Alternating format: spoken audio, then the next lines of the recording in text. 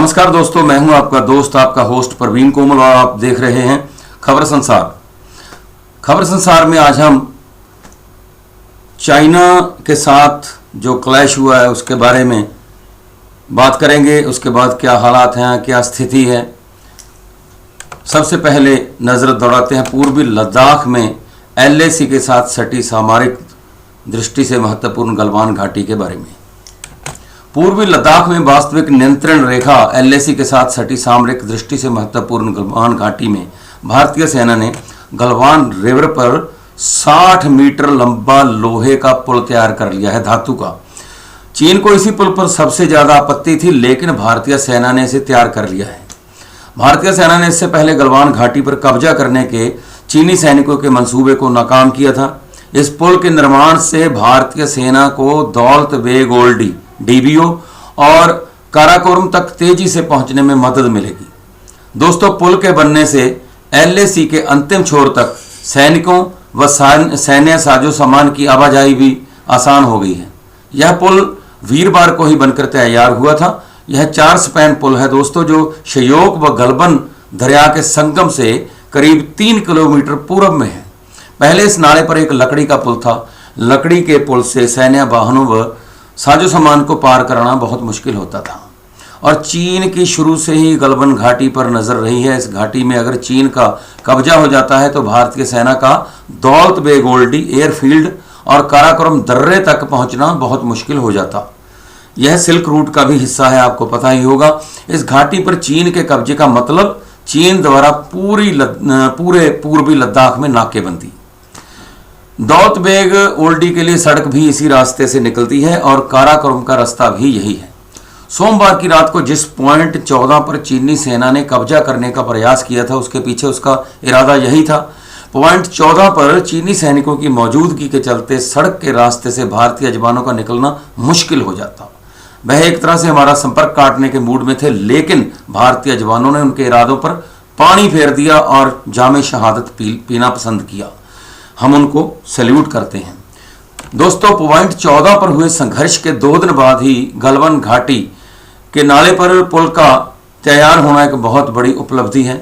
चीन के विरोध और चीनी सेना की घुसपैठ के बावजूद भारतीय सेना के इंजीनियरों और सीमा सड़क संगठन ने गलवान नदी पर पुल को भी समय से पहले ही तैयार कर दिया है। इसलिए हम हमारी सेना को इसके लिए बधाई देते हैं। और दोस्तों, अब एक खबर और, एक सिक्का जारी होना था भारत चीन के 70 साल के जो आधिकारिक संबंध थे उसके पूरे होने की खुशी में, लेकिन उस पर चीन की धोखेबाजी और चीन की चालबाजी ने पानी फेर दिया। भारत और चीन के आधिकारिक संबंध के 70 वर्ष पूरे होने का जश्न मनाने के लिए 70 समझौते करने वाले चीन ने अपनी फितरत नहीं बदली। भारत स्मारक सिक्कों पर संबंधों को उकेरने की तैयारी कर रहा था और चीन ने फिर दगा देते हुए गलवान घाटी में भारतीय सैनिकों पर हमला कर दिया। आपको बता दें, यह रजत सिक्का अप्रैल के पहले सप्ताह में चांदी का सिक्का एक समारोह में जारी होना था, लेकिन लॉकडाउन के कारण इसकी अनुमति नहीं मिली थी। इस सिक्के की डिजाइन वित्त मंत्रालय को भेजी गई थी, लेकिन वहां से अभी अनुमति ना मिलने के कारण निर्माण शुरू नहीं हुआ है। यह सिक्का किसी भी देश के साथ साझा कार्यक्रम में जारी होने वाला भारत का पहला सिक्का होता, लेकिन अब इसके जारी होने पर ही संशय है और उम्मीद है कि इसको जारी नहीं किया जाएगा लोगों की भावनाओं के मद्देनजर। अक्टूबर 2019 में चीन के राष्ट्रपति शी जिनपिंग के भारत दौरे पर दोनों देशों में सीमाई मसलों सहित आर्थिक और सांस्कृतिक साझेदारी का भी समझौता हुआ था। इसमें आधिकारिक संबंधों के 70 साल पूरे होने के अवसर को साझा रूप में समारोह पूर्वक मनाना भी दोस्तों शामिल है। इसमें 70 रुपए का साझा स्मारक सिक्का और साझा डाक टिकट जारी करना भी था। साथ ही चेन्नई कनेक्ट और वुहान स्प्रिट का नारा देकर भारत और चीन में समानता दर्शाने वाली कड़ियों को समझने और उनका अध्ययन करने के लिए एकेडमी बनाने की भी बात की गई थी। इस अध्ययन में महाबलीपुरम और वुहान प्रांत में समानता पर शोध भी होना था, लेकिन पंचशील समझौता तोड़कर 1962 में हमला करने वाले चीन ने एक बार फिर अपनी आदत के अनुसार पीछे से वार कर दिया। चीन 70 साल के संबंधों पर कुछ देशों के साथ स्मारक सिक्के पहले जारी कर चुका है। सिक्कों के अध्ययनकर्ता सुधीर लूणावत बताते हैं कि यह स्मारक सिक्का दूसरे देश के साथ जारी होने वाला पहला संयुक्त सिक्का होता। संग्राहक इसका बेसब्री से इंतजार कर रहे थे, लेकिन अब लोग चाहते हैं कि दुश्मन देश संग ये स्मारक सिक्का बिल्कुल ना निकले, कतई ना निकले। और दोस्तों, सरकार को भी लोगों की भावनाओं का सम्मान करना चाहिए। दोस्तों, जो अगली जो खबर है वो आपको बता दें कि जैसे हमारे देश में भी विरोध जो है हो रहा है, बाकी देशों में विरोध हो रहा है कि चाइना का जो प्रोडक्ट्स हैं, चाइना का जो सामान है, साजो सामान है, उसका बहिष्कार किया जाए। अभी इसमें भी विरोधाभास काफ़ी हैं, क्योंकि बहिष्कार बिल्कुल कर दिया जाए आगे के लिए, चाइना का सामान बिल्कुल ना आने दिया जाए देश में, लेकिन जो दुकानदार बेचारे पहले अपना पैसा लगा चुके हैं तो उनका जो सामान है, उनका जो माल असबाब है, तो वो भी तो दोस्तों ये हम नहीं कह सकते कि उसका भी नुकसान हो। हालांकि कई सेनाएं, शिवसेना जिसको कहते हैं हम, शिवसेनाएं वगैरह, कई शिवसेनाएं इस बात का ऐलान कर चुकी हैं कि वो बोर्ड तोड़ेगी वगैरह वगैरह। तो दोस्तों, बैर निकालने के लिए जो बैरी के दरवाजे पर जाकर पेशाब करना, ये कोई अकल की बात नहीं है। जो बेचारे दुकानदार हैं उनके अगर आप बोर्ड तोड़ दोगे, तोड़ दो, उसमें कोई फ़र्क नहीं पड़ता, लेकिन उनका जो सामान है अगर आप उसकी तोड़ फोड़ करोगे, जैसा कि शिवसेना के सैनिक, पंजाब शिवसेना के वो यहाँ से शायद रोपड़ से हैं मिस्टर धनौली, उनकी एक इंटरव्यू थी, वो कह रहे थे कि हम दरिया में फेंकेंगे सामान। ठीक है, दरिया भी प्रदूषित हो जाएगा इससे। आगे भी पहले दरिया में पानी एक छोड़ा गया था, मछलियाँ मर गई थी। बहुत अकल वाली बात करते हैं शिवसेना के कई लीडर तो। और आप दुकानदारों का सामान तोड़ोगे, फेंकोगे, तो मित्रों, तो उनका नुकसान, उसकी भरपाई कौन करेगा? जो पैसा लगा चुके हैं अपनी जेब से। हाँ, नया सामान है, मत खरीदा जाए, नया ना आने दिया जाए, लेकिन जो सामान दुकानदार लेके आ चुके हैं तो उससे कोई फर्क नहीं पड़ेगा अगर उसको कोई खरीदता है, बेचता है, उससे कोई भावनाएं আহিत नहीं होती। जब आपकी अब तक भावनाएं আহিत नहीं हुई, आप टिकटॉक पर अपनी अलग अलग तरह की मजाकिया वीडियो, गानों वाली वीडियो, अपने भाषणों की वीडियो, क्रांतिकारी भाषणों की शिवसेना वाले वीडियो बना कर डालते हैं, टिकटॉक के जरिए डालते हैं, तब अब तक आपकी 70 साल में जो भावना आहत नहीं हुई। तो ऐसे भावनाएं आहत नहीं होती, थोड़ा अकल से काम लेना चाहिए। किसी की तोड़ फोड़ करोगे आप, किसी के बोर्ड तोड़ोगे, तो ये कौन सा बहादुरी वाला काम है? आपके मन में ज़्यादा देशभक्ति की भावना, प्रबल भावना, प्रचंड भावना अगर उछाले मार रही है, तो अपने अपने जो मोबाइल फ़ोन है सबसे पहले उनका करो कचूमर, और डाटा भी ना निकालना उसमें से, फिर तो पता चले, क्योंकि डाटा भी चाइनीज़ फ़ोन से ही आएगा ना। चाइनीज़ फ़ोन का हो सकता है संक्रमण डाटा को भी लग जाए आपके, तो उसी फ़ोन से आप टिकटॉक चलाते हैं, उसी फ़ोन से आप साइट्स चलाते हैं। आगे चलकर मैं शिवसेना के मित्रों को बताना चाहूँगा कि कौन कौन सी चाइनीज़ जो ऐप्स हैं जो आपको निकालनी चाहिए, निकाल देनी चाहिए। तकनीक जो है, तकनीक का विरोध जो है वो गले से ना उतरने वाली बात है। आपके मन में देशभक्ति है तो आप जाइए वहाँ पे, गलवान घाटी का रास्ता कोई बहुत ज़्यादा दूर नहीं है। जितनी शिवसेनाएं हैं यहाँ पे, जिन्होंने अपने अपने अलग अलग चूल्हे जला रखे हैं, अपने अपने अलग अलग तवे पे पराठे सेक रहे हैं, उनसे मेरी गुजारिश है कि आप सभी संयुक्त कार्यक्रम बनाइए और अपने अपने बैग में ज़रूरत की चीज़ें, सामान वगैरह, पानी की बोतल्स वगैरह रखिए और कूच कर जाइए गलवान घाटी की तरफ। वहाँ जाके आप बॉर्डर पे हमारे सैनिकों को रसद वगैरह पहुँचाइए, लंगर लगाइए उनके लिए, वहाँ पे भजन कीर्तन करिए, टल्लियाँ खड़काइए, वहाँ पे जागरण करिए, वहाँ पे स्पीकर लगाइए, पता चले चाइना को कि शिवसेना भी कोई चीज़ है। विरोध कर रहे हैं आप, ग्लोबल जो विरोध बहुत ज़रूरी है, और इसलिए अगर आप इस तरह का विरोध कर सकते हैं, वहाँ पर जाके जागरण कर सकते हैं, गलवान घाटी के थोड़ी पहले ही कर दें, साथ में स्पीकर ले जाएं, और हमें उम्मीद है कि सरकार तो आपको रोकेगी ही नहीं। वहाँ पे आप ढोल मजीरे, तमंचे, ढोल बाजे ताजों के साथ माता की भेंटें गाएं, भजन गाएं, आप शब्द गायन करें, कीर्तन गाएं, वहाँ पे चाइना मुर्दाबाद के नारे लगाएं, हमारे फौजियों को मनोबल बढ़ाएं और देशभक्ति के गाने गाएं वहाँ पर। ये है तरीका विरोध का, ना कि आप अपने अपने ज़िले में बैठकर किसी गरीब का बोर्ड तोड़ दिया, किसी दुकानदार की दुकान से 4 फोन बाहर निकाल के तोड़ दिए, क्या क्या तोड़ोगे। इस बारे में स्पेशल वीडियो और बनेगी मित्रों, लेकिन फिलहाल आपको ये बताते हैं कि चीन के उत्पादों का जो विरोध होने लगा है वो चीन के जो इलेक्ट्रॉनिक गैजेट्स हैं उनमें जो सॉफ्टवेयर है उनका विरोध ज़्यादा होने लगा है। और हम चाइना के जो उत्पादों का विरोध कैसे हो रहा है, अब इसके बारे में हम आपको बताना चाहते हैं। शिवसेना वालों को भी पता होना चाहिए कि मोबाइल फ़ोन में से कौन कौन सी चीज़ें निकालनी हैं। मोबाइल फ़ोन तो आपने ले लिए हैं, वो तो आपका यंत्र है, आपका हाँ एक है। कल को अगर चाइना मेड, चाइना से कोई जैसे एप्टोमेट क्लाशनिकोवा AK-47 राइफल, ये चाइना मेड थी पहले, तो अगर चाइनीज़ मेड जो राइफलें हमारी सेना या हमारे पुलिस के जवान तोड़ने फोड़ने लगे, फेंकने लगे, तो ये मूर्खता होगी। ये तो साजो सामान आपका अपना है, आपका खरीदा हुआ है, पैसा दे चुके हैं आप, उसको इस्तेमाल करने पर आपका राइट है।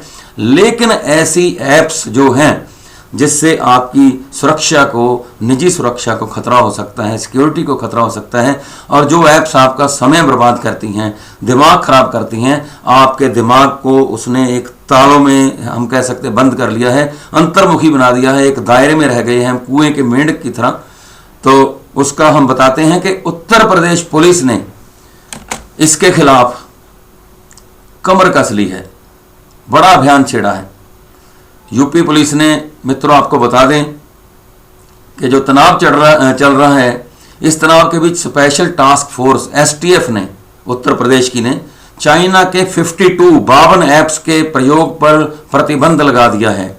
IG STF अमिताभ यश की ओर से जारी आंतरिक आदेश में, हमारे पास उसकी कॉपी भी मौजूद है, STF के अधिकारियों व कर्मियों को यह सभी ऐप अपने मोबाइल से हटाने को कहा है। निर्देश है कि अपने परिजनों के मोबाइल से भी यह ऐप हटा दें। बिल्कुल IG STF अमिताभ यश की तरफ से जारी जो आंतरिक आदेश है उसमें कहा गया है कि गृह मंत्रालय ने इन ऐप का प्रयोग ना किए जाने की सलाह दी है।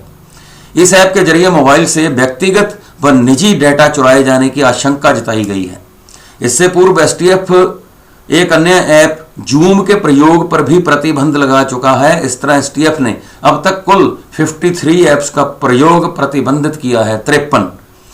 अब आपको बता दें कि कौन कौन से जो ऐप्स हैं जो आपके भी उसमें होंगे मोबाइल फ़ोन में, तो जिनको पुलिस ने प्रतिबंधित किए हैं चाइना के ये जो ऐप्स हैं उसके प्रयोग पर यूपी पुलिस ने, जिस तरह से STF ने, यूपी पुलिस ने प्रतिबंध लगाया है। वो ऐप्स की आपको लिस्ट बता दें। इनमें है टिकटॉक, जिसपे बहुत ही अजीबोगरीब कई बार वीडियो देखने को मिलते हैं, तो Vault Hide, Vigo Video, Vigo Live, Vivo, WeChat, SHAREit, UC News, UC Browser जिससे हम ब्राउज करते हैं और खबरें वगैरह देखते हैं, ब्यूटी प्लस जिससे कई बार जिनका हमारे मित्रों का चेहरा ऊबड़ खाबड़ सड़कों की तरह होता है, तो वो इसी ब्यूटी प्लस के जरिए अपने फेस को ताजमहल जैसा बनाकर चमकाकर वो फेसबुक पर, व्हाट्सएप पर या अपने इस आप कह सकते हैं जो चैनल हैं इन सभी पे वो लगाते हैं, टिकटॉक वगैरह पर। जेंडर, ये भी एक ऐप है। क्लब फैक्ट्री, क्लब फैक्ट्री को कई लोगों ने अपने डाउनलोड किया होगा, लेकिन क्लब फैक्ट्री पर अगर आप कोई ऑर्डर देते हैं कई बार आपके पैसे जब्त हो जाते हैं, सामान आपको मिलता नहीं, और आपकी हर एक चीज़, हर एक सुरक्षा जो भी चीज़ है आपकी फ़ोटोग्राफ्स, आपके वीडियो वगैरह, तो कई बार दोस्तों आपने देखा होगा कि आप कुछ निजी पलों के अपने वीडियो बनाते हैं तो वो वायरल हो जाते हैं। कैसे? इसलिए कि जब आप ये ऐप्स डाउनलोड करते हैं तो इनको आप परमिशन दे देते हैं, फिर चोरी चोरी से जितना भी डाटा आप अपना कुछ सपोज कीजिए आपने अपनी महबूबा के साथ, अपनी वाइफ के साथ कोई इस तरह की कोई वीडियो रोमांटिक बना ली, तो उसके बाद फिर वो वायरल करने में इनका पूरा पूरा हाथ होता है। अगली जो ऐप है हेलो, लाइकी बोलते हैं जिसको, Kwai, Romwe, Shein, News Dog, Photo Wonder, APUS Browser, ये सबसे खतरनाक आपुस ब्राउजर है। इसके जरिए आपसे आपके सिस्टम में वायरस वगैरह भी आ जाता है। Viva Video Qu Video, Perfect Corp, CM Browser और वायरस क्लीनर है जो Hi Security Lab. Mi Community Virus Cleaner की जब बात की जाए, ये जो यूपी पुलिस ने बैन लगाया है, तो आपने अगर वायरस क्लीनर लेना हो तो भारत सरकार की जो साइट्स हैं प्रौद्योगिकी की जो आईटी साइट्स है, उससे आप वायरस क्लीनर मुफ्त में डाउनलोड कर सकते हैं। बड़ा ऑथेंटिक और बड़ा सटीक वायरस क्लीनर है।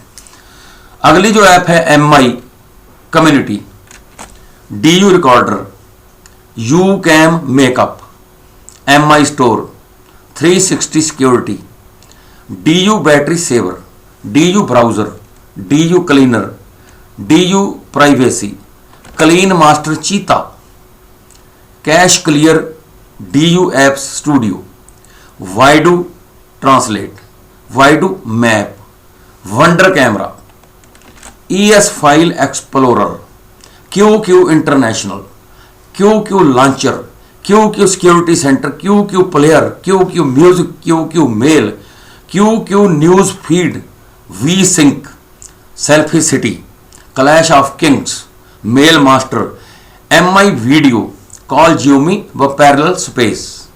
दोस्तों, ये थी एप्स जिन पे प्रतिबंध लगाया है यूपी के एसटीएफ द्वारा, और आईजी एसटीएफ अमिताभ यश का कहना है कि इन ऐप के प्रयोग से एसटीएफ के कामकाज पर कोई फर्क नहीं पड़ेगा। अगर एसटीएफ इन ऐप्स का प्रयोग नहीं करती तो इससे कोई उनकी कार्यक्षमता पर फर्क नहीं पड़ सकता, क्योंकि कई अन्य ऐप जो हैं उपलब्ध हैं जिनके जरिए जांच एजेंसी अपने सारे काम सुरक्षित ढंग से कर सकती है। वहीं पर एक अन्य वरिष्ठ आईपीएस अधिकारी का कहना है कि इनमें से अधिकांश ऐप सुरक्षा एजेंसियों के इस्तेमाल के लिए नहीं है। ऐसे ऐप को मोबाइल पर डाउनलोड करने से डाटा लीक होने का खतरा जरूर बढ़ जाता है, और किसी भी किस्म का डाटा आपका जो मैं पहले बता चुका हूं लीक हो सकता है। एडीजीपी कानून व्यवस्था प्रशांत कुमार ने कहा है कि यह साइबर सिक्योरिटी का सवाल है। साइबर सिक्योरिटी के तहत पुलिस विभाग में पहले से ही सभी शाखाओं के अधिकारियों व कर्मियों के लिए सामान्य निर्देश हैं कि वे कोई भी ऐसा सॉफ्टवेयर अथवा ऐप अपने कंप्यूटर, लैपटॉप व सरकारी मोबाइल फ़ोन पर इस्तेमाल न करें जिससे किसी भी तरह का डेटा सिक्योरिटी से जो जुड़ा है उससे उसका कोई खतरा हो।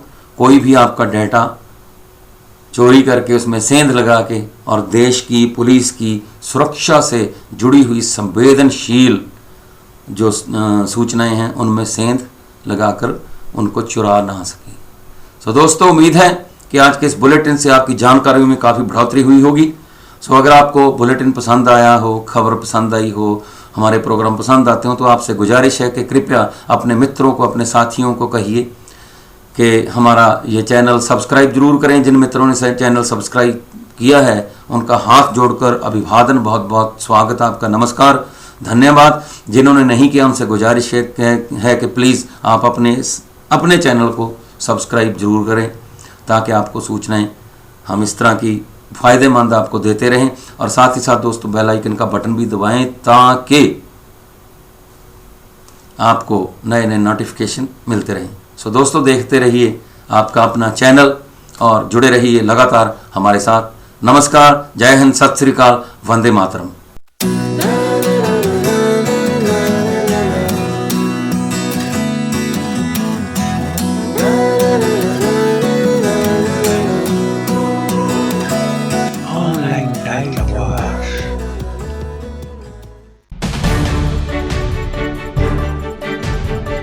देश दुनिया ਦੇ ਰਾਜਨੀਤਿਕ, ਸਮਾਜਿਕ ਤੇ ਮਨੋਰੰਜਨ ਜਗਤ ਦੇ ਨਾਲ ਜੁੜਨ ਲਈ ਸਾਡੇ ਚੈਨਲ ਗੱਲ ਪੰਜਾਬ ਦੀ ਟੀਵੀ ਨੂੰ ਸਬਸਕ੍ਰਾਈਬ ਕਰੋ ਤੇ ਸਭ ਤੋਂ ਪਹਿਲਾਂ ਨੋਟੀਫਿਕੇਸ਼ਨਸ ਪਾਉਣ ਲਈ ਬੈਲ ਆਈਕਨ ਪ੍ਰੈਸ ਕਰੋ।